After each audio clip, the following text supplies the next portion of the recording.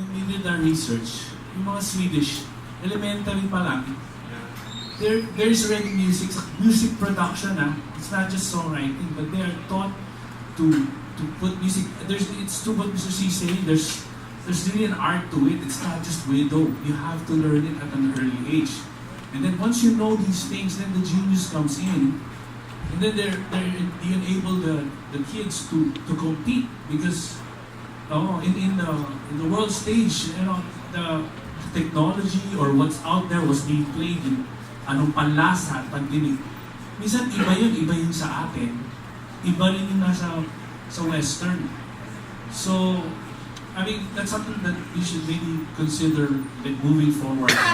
Because I really feel that we're at the cusp of something big here with PHILPOP, and I would really like to commend what PHILPOP has done because Mr. MVP has been committed for the last 6 years, and I really witnessed the growth, and I'm so glad that continuous and steady, and you're moving towards a direction that would be really good for the younger generation.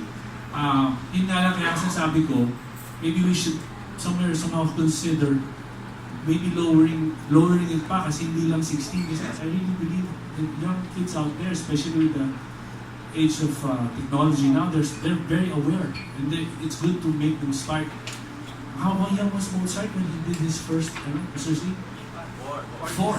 See? So if we're doing this, parents can see that, and you can see something with your kids that there's really a talent there. I mean, why are you going to wait until they're 18 or 19 of age when you should let them start at a young age? And in fact, that's what I'm doing with my daughter because I've seen that there's something with her. So I really want her to be part of PHILPOP, but if there's an age limit, siyempre, limited. Yun lang po, pero binabati ko po ang PHILPOP. Maraming salamat. Yeah. Maraming salamat. Actually, you just gave us an idea. Pwede kami siguro mag-create na para sa mga kids. Can be a kid or songwriting camp for kids. Energy camp. Anyway, so which is really a good idea. Gusto naman natin, but this one is what we're doing is also a work in progress. This is the first time we're doing this, so we'll see what will be the outcome of this workshop or camp. Yeah. Alright. Yung iba kasi natuyo ang laway, so kailangan marinig natin yung boses nila. A few words now from everybody. Pero sasabihin ka muna.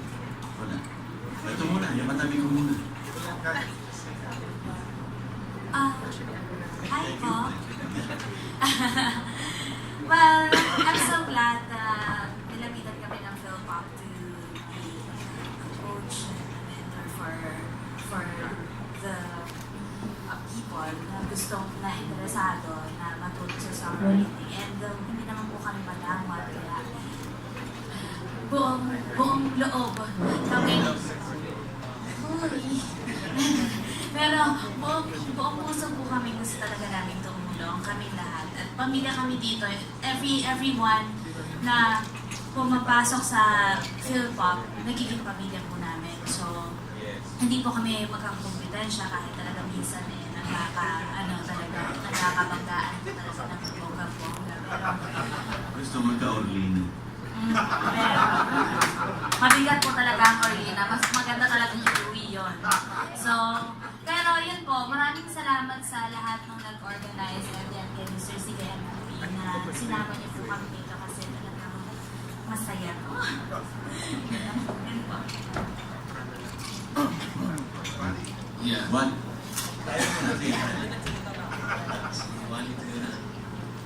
Thank you. I'm Wally. Basically, just want to say, please continue supporting and enjoying the Filipino music. And please promote OPM as much as you can. Kahit as basic as playing it on your car while you're carpooling with your friends.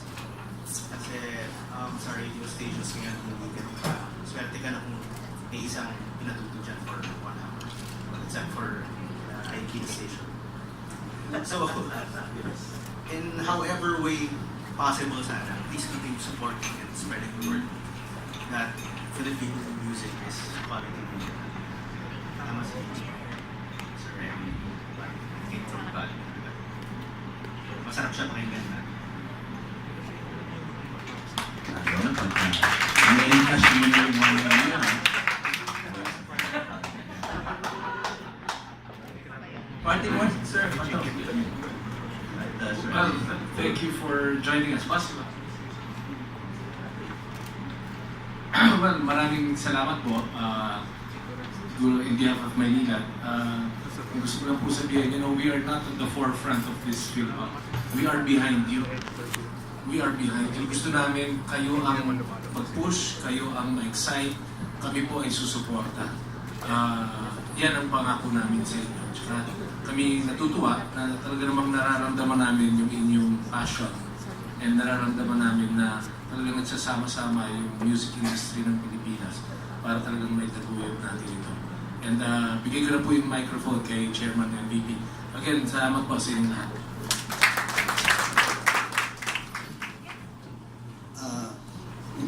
Final words talaga ito. I'll try to be as brief as I can. But trying to speak to the issues raised by Ding Dong here.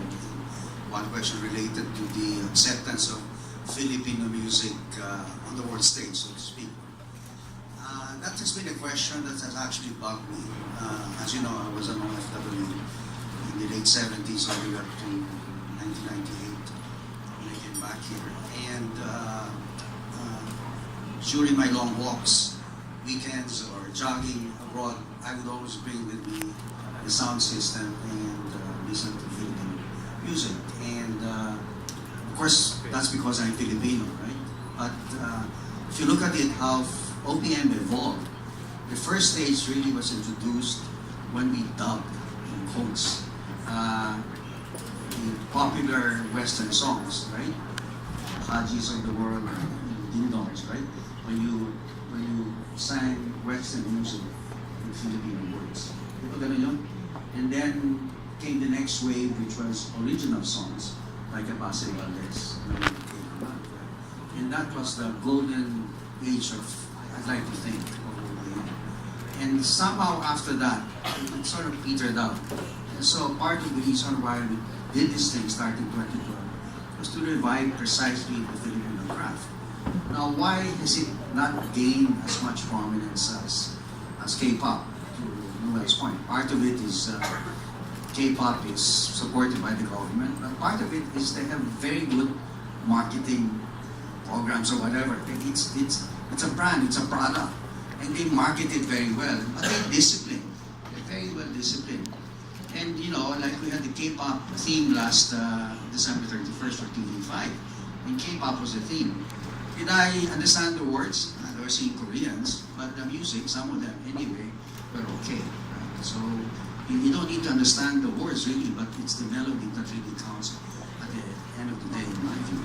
Now, we haven't really marketed Filipino music, and frankly, our Filipino singers and composers really have to sell themselves not only here but also abroad. That's the only way to do it. You have to push. And of course, the song itself must be universal. Now, the question that has always been in my mind, and I think to you, is that will there be out of all this effort in PHILPOP, whether the bootcamp or even the actual competition, is there going to be a genius amongst yourselves that will arise and define what Filipino music is all about? Because basically, the backbone of our music is still Western melody, isn't it? Western instrument, Western melody. Is there such a thing as a distinctive Filipino music that can define the Filipino? I don't know. But it's these guys, the Noels and the Ryans of the world, who could help out, stimulate the indigenous, native Filipino genius. And that's part of our job. That's part of our purpose when we're behind all of this effort, behind PHILPOP. Thank you. Thank you.